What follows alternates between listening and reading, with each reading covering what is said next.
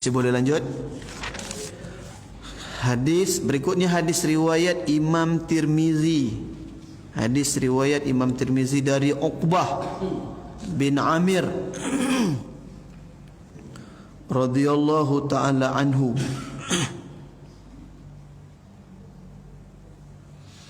Ia bercerita,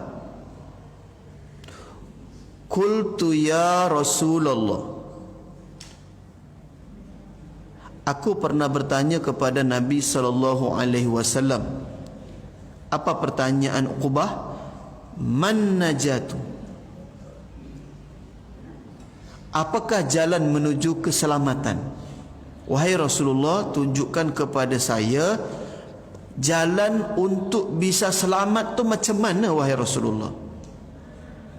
Qala, Nabi sallallahu alaihi wasallam bersabda, amlik alaika lisanaka wal yasa'ka baituka wabki ala khati'atika. Apa jawab Nabi? Amlik alaika lisanaka, jaga lidah kamu, jaga lidah kamu. Jaga apa? Jaga lidah.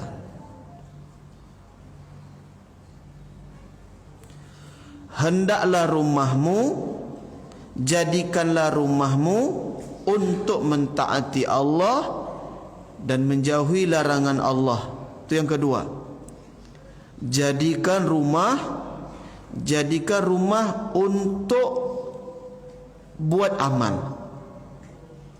Yang ketiga, nasihat Nabi kepada Uqbah, wabki ala khati'atika, menangislah atas dosa-dosamu. Ada tiga jalan menuju keselamatan.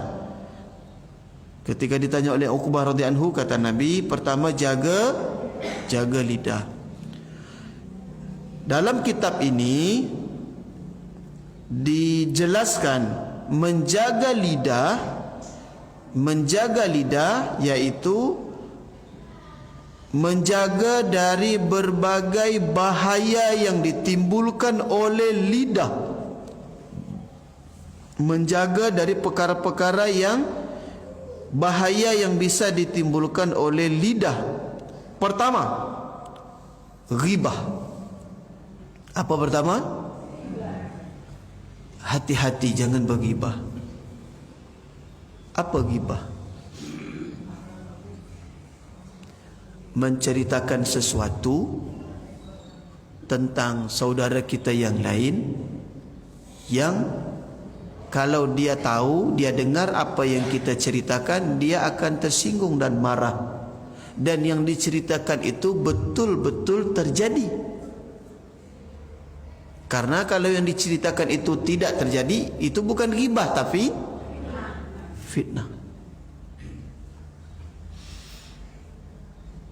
Ini ujian bagi kita ni, termasuk di kalangan ahli-ahli agama. Ustaz-ustaz pun kadang sering terlepas perkara-perkara ni, ghibah. Kalau ahli-ahli politik mungkin lebih parah lagi lah. Macam mana nak jatuhkan fulan bin fulan, nak jatuhkan si anu, macam mana burukkan si anu supaya dia naik, orang jatuh. Ni ahli-ahli politik lebih parah lagi, bab-bab tentang ghibah. Ni mulut jaga jangan sampai ghibah. Jemaah masjid jangan ghibah pengurus masjid. Pengurus masjid jangan ghibah jemaah-jemaah kita. Jemaah masjid jangan ghibah ustaz-ustaz yang ngisi kajian. Apa ustaz tu? Tak betul. Macam dia je paling hebat. Paling datang dia cari amplop. Habislah ustaz-ustaz dia dighibah oleh jemaah. Yang kedua, jaga lidah dari apa? Bertengkar.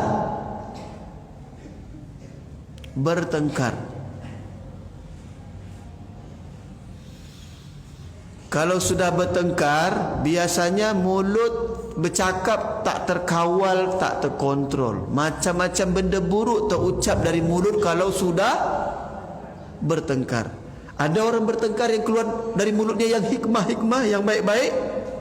Pernah mendengar orang bertengkar yang keluar dari mulutnya perkara baik, hikmah, lembut? Itu bukan bertengkar namanya. Yang ketiga, berdebat. Ternyata ulama pun, walaupun ada debat yang wajadilhum billati hiya ahsan, kalaupun nak jadal debat mesti dengan ahsan, dengan baik. Tapi sering kalau mahasiswa kalau sudah berdebat ni, kepala panas, hati panas, telinga panas, tak lama lepas itu terbang kursi, terbang sepatu. Dari mana awalnya? Dari berdebat. Yang ketiga, jangan sampai bermusuhan. Yang kelima, jangan cakap sia-sia. Cakap, tapi sia-sia je.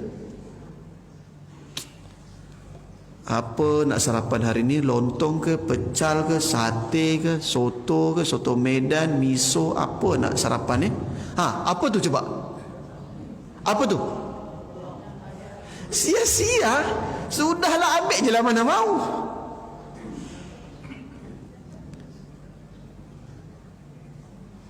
Kalau ibu-ibu sering tak tanya suami, abang nanti siang nak sambal apa? Gulai, dendeng, rendang, sayur. Ada ibu buat begitu? Masuk sia-sia tak apa? Itu cara isteri nak senangkan suami. Dia tanya apa kesukaan suaminya. Apalagi bercakap tidak hati-hati. Ini yang paling bahaya, kami ni yang banyak bercakap ni. Cakap kadang lepas saja. Apalagi mencaci maki. Ini juga bahaya yang ditimbulkan oleh apa? Mulut, lidah. Bapak ibu sekalian, jangan mencaci maki hewan. Anjing ni apa ni? Dah kurus, berkurap, jorok. Jangan caci maki. Jangan caci maki pengemis. Jangan mencaci maki orang-orang miskin. Kepada bapak-bapak, ibu-ibu, orang-orang kaya, rumah kita mewah, bersih, harum, setiap hari dipel. Datang tamu dari kampung, badan berdebu, duduk di sofa kita, di karpet kita. Macam mana nanti nak bersihkannya? Datang tamu, bawa anak ramai, duduk di sofa kita yang harga 20 juta, lompat-lompat. Ya Allah, macam mana nak larang ni? Kemudian keluar kata-kata mencaci maki, hati-hati. Termasuk ni kepada bapak-bapak, jangan mencaci maki makanan yang dihidang oleh isteri. Apa ni, dek? Tak ada ke yang lain yang bisa dimasak? Biarlah abang tak makan daripada apa yang adik hidang ni. Asinnya ketulungan, pedasnya sampai nak pecah telinga. Sudahlah, kalau suka makan, tak suka diam. Apa masuk berderam-deram ni? Macam menyindir ni.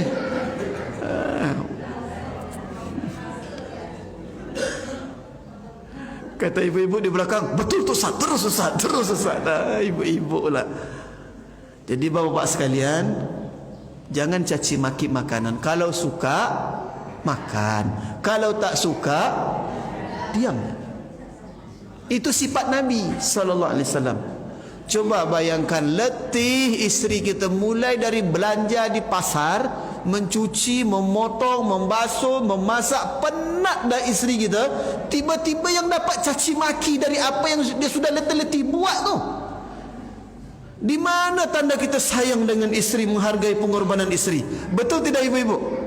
Oh, semangat dah ni, betul. Yang jawab betul tu korban berarti tu.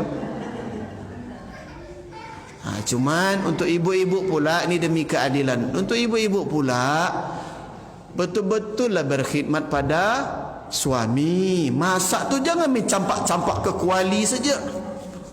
Angkat, abang makanlah tu bang. Syukur, apa kata ustaz kajian subuh tadi? Janganlah begitu pula. Masaklah dengan zikir, cuci dengan betul, masak dengan profesional. Ini suami-suami ibu ni biasa makan sarapan di hotel bintang 4, di kafe-kafe mahal, mewah, dilayani oleh perempuan cantik-cantik muda-muda. Di rumah ibu kasar-kasar. Iya kan bapak-bapak? Tu yang korban juga tu. Ini sama je tengok ni. Ustaz kok tahu Ustaz? Saya pun pengalaman juga. Kami makan di restoran di Putrajaya sana. Mau 4 meter sambal je semua tu. Pilihlah mana nak. Ditanya dengan lembut, "Cik, nak minum apa?" Dengan lembut, dengan santun. Tiba-tiba kita di rumah dibentak-bentak sama isteri. Macam mana kita nak nyaman di rumah? Jangan salahkan bapak-bapak ni suka melihat-lihat yang di luar kerana ibu tak pandai jaga kami di rumah. Betul tak? Oh, saya banyak pendukung nampak ni. Betul tu Ustaz. Maksudnya supaya adil lah. Takkan kami saja nak disalahkan. Ibu-ibu pun evaluasi diri juga. Kenapa tidak terjaga keharmonian rumah tangga? Sama-sama tak jaga mulut. Tak jaga apa?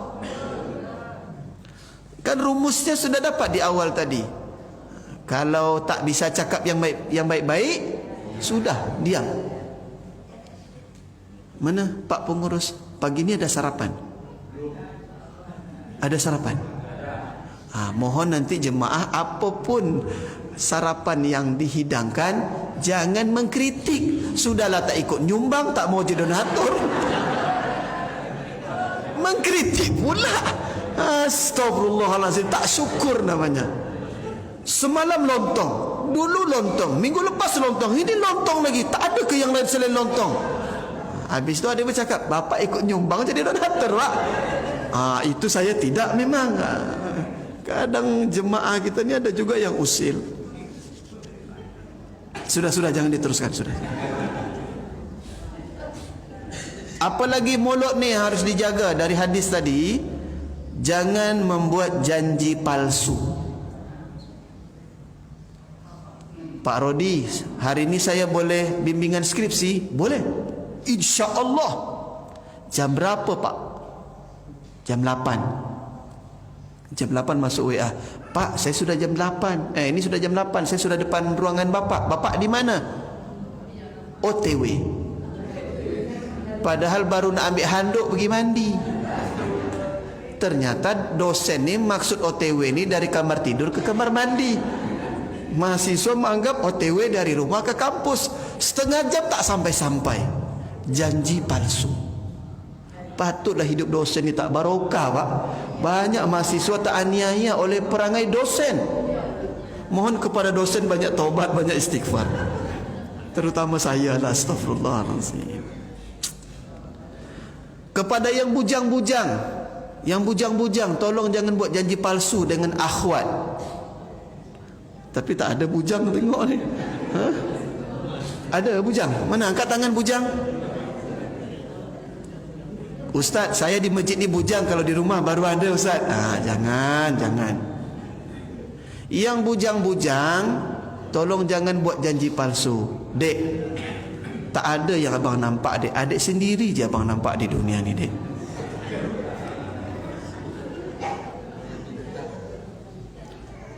Terimalah abang apa adanya.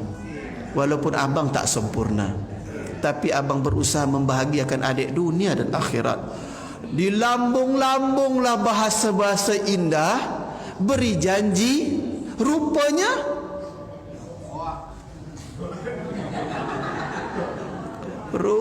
tak betul. Dapat nampak satu orang akhwat, anak tunggal, mertuanya kaya, asetnya banyak, lupa janji tadi. Jangan buat janji palsu kepada caleg-caleg yang nak maju 2024. Ni dengar baik-baik ni. Ni agak keras sikit ni. Banyak pula pendukung saya di belakang. Betul Ustaz. Kepada yang niat nak maju, caleg DPRD Kota Pekanbaru, DPRD Provinsi Riau, DPD, calon-calon kepala daerah, kabupaten kota, termasuk calon gubernur Riau yang nak maju, jangan terlalu banyak menyampaikan janji-janji palsu kepada masyarakat. Muak ada masyarakat dengan janji-janji yang tak tertunaikan itu. Saya jadi jurkam ni.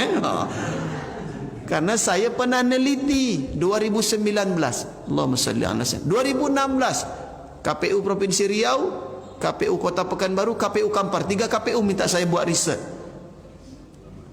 tentang apa faktor penyebab masyarakat mau datang ke TPS untuk mencoblos, apa pula faktor penyebab masyarakat tak mau ke TPS untuk mencoblos, faktor memilih apa, tak mau memilih apa sebab. Ambillah data, analisis, selesai saya presentasi di kantor KPU yang 3 tadi. Antara sebab dari sekian banyak sebab adalah masyarakat kita ni sudah muak dengan orang-orang partai politik yang terlalu banyak janji, tapi selesai pilkada pemilu janji tu dah hilang, dah tak ingat dah. Besok buat lagi janji baru. Ni dosa mulut. Macam mana orang-orang partai politik, caleg-caleg ni besok di akhirat mempertanggungjawabkan janjinya yang tak betul tu? Termasuk kepada bapa ibu, jangan terlalu banyak buat janji kepada anak. Nak, ni kalian ni kalau besok sudah besar, kau ni satu ruko, kau satu ruko, kau satu, kalau kau ni tak ruko ni kau sawit nanti 10 hektar. Macam-macam janji, tiba-tiba tak tertunaikan. Hilanglah harga diri, marwah orang tua di hadapan anak karena janji palsu. Dulu waktu saya SD, ada keluarga dari TNI Angkatan Darat. Beliau sudah almarhum, semoga Allah ampuni, lapangkan kubur beliau. Waktu itu saya masih SD. Dia bagi tahu, Rodi, besok kalau sudah terima rapor nilai 8 2.000, nilai 9 5.000. Tapi zaman tu besar pak, tahun-tahun 90 awal. Selesai terima rapor, dapatlah nilai 8, ada beberapa tapi yang banyak 9. Saya hitung-hitung banyak juga duit dapat. Dia datang ke rumah, saya tunjuk, Pak, ini rapor pak, sudah terima. Dia tengok, dia hitung-hitung, mungkin dia terasa banyak. Semalam tu saya gurau je. Apa berapa gurau? Ini bapak-bapak ibu-ibu, tolong hati-hati. Kita beri motivasi anak suruh ngafal Quran, kita janjikan umroh, kita janjikan hadiah, tiba-tiba kita tak tunai. Hati-hati, jangan buat janji palsu. Kepada para suami juga, jangan buat janji dengan isteri. Ibu-ibu pernah dibohongi suami? Oh, tak ada jawaban ni. Ibu-ibu pernah dibohongi suami? Memang bagus-bagus suami ibu, dia tak ada yang bohong. Apa lagi? Bersumpah palsu. Apa sebab institusi Polri hilang kepercayaan di mata masyarakat? Karena ada beberapa oknum yang melakukan pelanggaran kode etik, skenario palsu, sumpah palsu, cerita palsu. Akhirnya apa? Lembaga kepolisian jadi rusak pak. Berawal dari mana? Mulut. Hari ini cakap lain, besok cakap lain, setelah itu cakap lain. Mana satu ni yang betul? Ada di sini anggota kepolisian? Ada. Jadi bapak-bapak ibu-ibu, kalau ada oknum yang buat begitu, jangan semua polisi dianggap begitu. Masih banyak yang baik. Polisi masih banyak yang baik. Malam tadi saya jumpa kawan saya pangkat AKBP di masjid dekat Jalan Belimbing. Apa yang dia buat? Menjamu makan malam untuk mahasiswa. Pangkat AKBP, dia ambil nasi, dia kumpul sini. Anak-anak di masjid tu panggil duduk. Dia bagi buah, dia bagi makan, sampai kenyang. Siapa? Polisi pangkat AKBP. Dia di masjid, senang melayani jemaah masjid. Jadi jangan tengok Sambo saja, tengok juga yang lain-lain yang baik-baik. Adil menilai. Allahu Akbar. Dah, isyraq dah.